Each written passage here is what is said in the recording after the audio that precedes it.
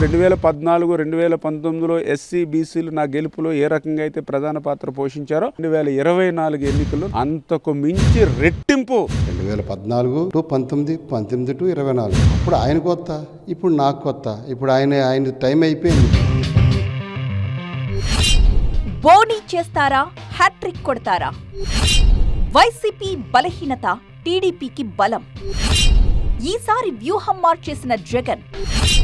కాపు versus BC, winning chance ఎంత? పాలకొల్లులో TDP విజయం సాధించింది అనడం కంటే వైసీపీలోని అంతర్గత పోరు వల్లే ఓడింది అనడం సబబేమో. ఇప్పటికీ అదే పరిస్థితి. గడిచిన 4.5 పాలకొల్లు వైసీపీ తీరు మారలేదు. అక్కడి రాజకీయ పరిస్థితిలోనూ మార్పు లేదు. కాకపోతే సీఎం జగన్ వేసుకున్న లెక్కలు, వ్యూహాలు ఎలక్షన్ రిజల్ట్ ని మార్చుతాయేమో చూడాలి. తెలుగు రాష్ట్రాల్లో పాలకొల్లు పేరు చాలా ఫేమస్. ఎప్పుడైతే ప్రజారాజ్యం పార్టీ తరపున చిరంజీవి పోటీ చేశారో ఇంకాస్త ఎక్కువగా మారుమోగిపోయింది.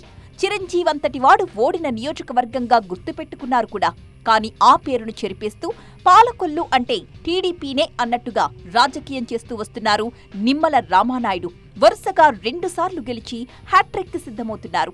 గత ఎన్నికలప్పుడే నిమ్మల రామానాయుడుపై కొంత వ్యతిరేకత కనిపించిందని చెబుతారు. సరైన వ్యూహంతో వెళ్లుంటే టీడీపీ గెలిచిన 23 సీట్లలో పాలకొల్లు ఉండేదే కాదంటున్నారు.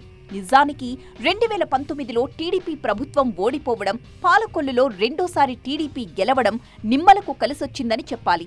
రెండోసారి గెలిచాను కదా అని రిలాక్స్ అవ్వలేదు నిమ్మల రామానాయుడు. నిత్యం ప్రజల్లోనే తిరుగుతూ ఉన్నారు. సమస్య ఉందని ఫోన్ చేస్తే చాలు ఆయన వస్తారు అన్న పేరు తెచ్చుకున్నారు. అందరూ నిమ్మల రామానాయుడులా పనిచేయాలని టీడీపీ అధినేత చంద్రబాబు కూడా సూచించేంత స్థాయికి ఎదిగారాయన. ఇప్పుడున్న పరిస్థితుల్లో సామాజిక పరంగా, ఆర్థిక పరంగా చూసినా సరే నిమ్మల రామానాయుడిని ఢీకొట్టడం అంటే అంత ఈజీ కాదంటున్నారు రాజకీయ విశ్లేషకులు. కానీ వై నాట్ 175 అంటున్న సీఎం జగన్ పాలకొల్లును గెలవడానికి చాలా ప్రయోగాలు చేశారు. ఈసారి గట్టిగా కొడతామంటున్నారు. 2014, 2019లో ఎస్సీ బీసీలు నా గెలుపులో ఏ రకంగా అయితే ప్రధాన పాత్ర పోషించారో అంతకు మించి రెట్టింపు రేపు 2024 ఎన్నికల్లో నా గెలుపుని అందించడంలో ఈ సామాజిక వర్గాలు కూడా ప్రధానమైన పాత్ర పోషిస్తాయని చెప్పి తెలియజేస్తున్నాను. ఇప్పుడు పొత్తు కూడా అఫీషియల్గా కలిసింది కాబట్టి ఇంకా జనసేన, తెలుగుదేశం పార్టీ పాలకొల్లు నియోజకవర్గంలో వన్ సైడ్గా దూసుకు వెళ్ళడం జరుగుతుంది. మన పాలకొల్లు, మన రామానాయుడు అనేటువంటి ఆలోచనతో రేపు ప్రజలు పెద్ద మెజారిటీతో ఇవాళ పాలకొల్లో గెలిపిస్తున్నటువంటి పరిస్థితి మనందరం కూడా చూడబోతున్నాం. ప్రస్తుతానికైతే పాలకొల్లు వైసీపీ అభ్యర్థిగా గుడాల గోపి పేరు మాత్రమే వినిపిస్తోంది. శెట్టిబలిజ సామాజిక వర్గానికి చెందిన గుడాల గోపి ఆర్థికంగా కూడా బలమైన వ్యక్తిగా ఉన్నారు. అసలు పార్టీలోకి ఈయన ఎంట్రీని, అందులోనూ పాలకొల్లు ఇన్ఛార్జిగా ఎంపిక కావడాన్ని రకరకాలుగా చెప్పుకుంటూ ఉంటారు వైసీపీ నేతలు. భీమవరం నియోజకవర్గంలోని వీరవాసనం మండలానికి చెందిన గుడాల గోపిని ఉభయ గోదావరి జిల్లాల రీజనల్ ఇన్ఛార్జిగా ఉన్న మిథున్ రెడ్డి తీసుకొచ్చారని చెబుతుంటారు. గుడాల గోపికి చాలా పెద్ద స్థాయి నేతల అండదండలున్నాయన్నది టాక్. అందుకే పాలకొల్లు సమన్వయకర్తగా నియమించారని చెబుతుంటారు. అయితే గుడాల గోపి నియామకంపై సొంత పార్టీ నేతలే అసంతృప్తిగా ఉన్నారు. పాలకొల్లు వైసీపీ నేతల అభిప్రాయం, సమ్మతి తీసుకోకుండానే గుడాల గోపిని నియమించారు అన్న ఆగ్రహం కొందరిలో కనిపిస్తుంటుంది. కాకపోతే బయటకు చెప్పుకోరంతే. ప్రతిరోజు మేమందరం కలిసి వెళ్తాం. ఎడ్డ తాతాజీ గారు, చర్ల శ్రీరామ్ గారు కానీ, అడబాల వెంకటరమణ గారు కానీ, అలాగే తదితర మా కాన్స్టిట్యున్సీ నాయకులందరూ, ఏదైతే మా జడ్పీటీసీలు కానీ, ఎంపీపీలు కానీ, సర్పంచ్లు కానీ, ప్రతి ఒక్కరూ మనస్ఫూర్తిగా నన్ను సపోర్ట్ చేసి నన్ను ఎమ్మెల్యేగా చూడాలని వారందరి కోరిక. అది నన్ను ఎమ్మెల్యేని చేసి జగన్మోహన్ రెడ్డి గారు గిఫ్ట్గా ఇవ్వాలని నాయకులందరూ ఆశీర్వదిస్తారు. పాలకొల్లు టికెట్ ని ఇప్పటికీ ఆశిస్తున్న వైసీపీ నేతలు చాలా మందే ఉన్నారు. మేకా శేషుబాబు, గుండం నాగబాబు, కవురు శ్రీనివాస్, ఇలా కొన్ని పేర్లు వినిపిస్తున్నాయి. మేకా శేషుబాబుకు తిరుమల తిరుపతి దేవస్థానం బోర్డు మెంబర్ పదవినిచ్చారు.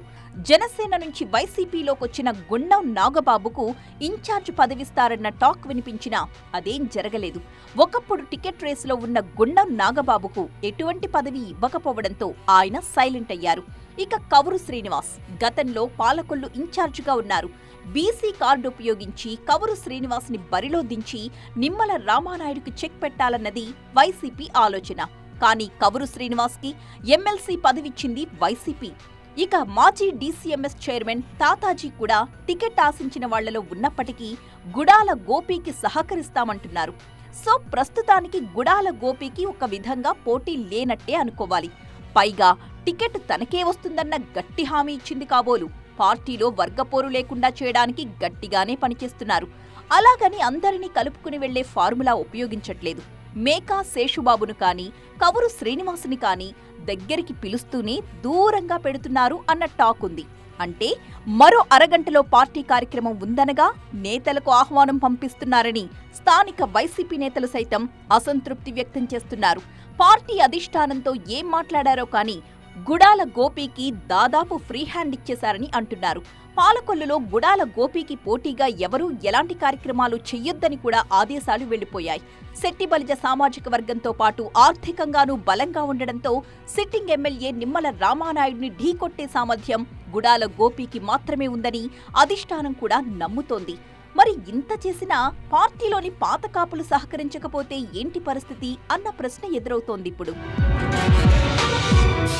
రాబోయే రోజుల్లో బయట ఎన్ని పార్టీలు ఏకమయ్యి మరి పోటీ చేసినా ఖచ్చితంగా జగన్మోహన్ రెడ్డి గారు చేసే మరి సంక్షేమం కానీ అభివృద్ధి కార్యక్రమాలు చూసి ఖచ్చితంగా ప్రతి ఒక్కరూ కూడా మళ్ళీ జగన్ గారినే ముఖ్యమంత్రి చేయాలన్న ఆలోచనతో ఉన్నారు. ఖచ్చితంగా ఆయన మళ్ళీ ముఖ్యమంత్రి అవుతారని కూడా ఈ సందర్భంగా తెలియజేస్తుంది. ఇప్పుడు ఒక్కొక్కరు ఉండొచ్చేమో కానీ యుద్ధం వస్తే మాత్రం మీ అందరం ఒకటే అన్నట్టుగా పురాణాలు ఏదైతే ఉందో వైఎస్ఆర్ కాంగ్రెస్ పార్టీలో అదే విధంగా ఉంటుంది. ఎందుకంటే మాకు కనిపించింది జగన్మోహన్ రెడ్డి గారు వైఎస్ఆర్ ప్రభుత్వం అధికారులు రావాలన్నదే మేము లక్ష్యంగా పనిచేస్తాం తప్ప విభేదాలు అనేవి మాత్రం ఏమీ లేవండి.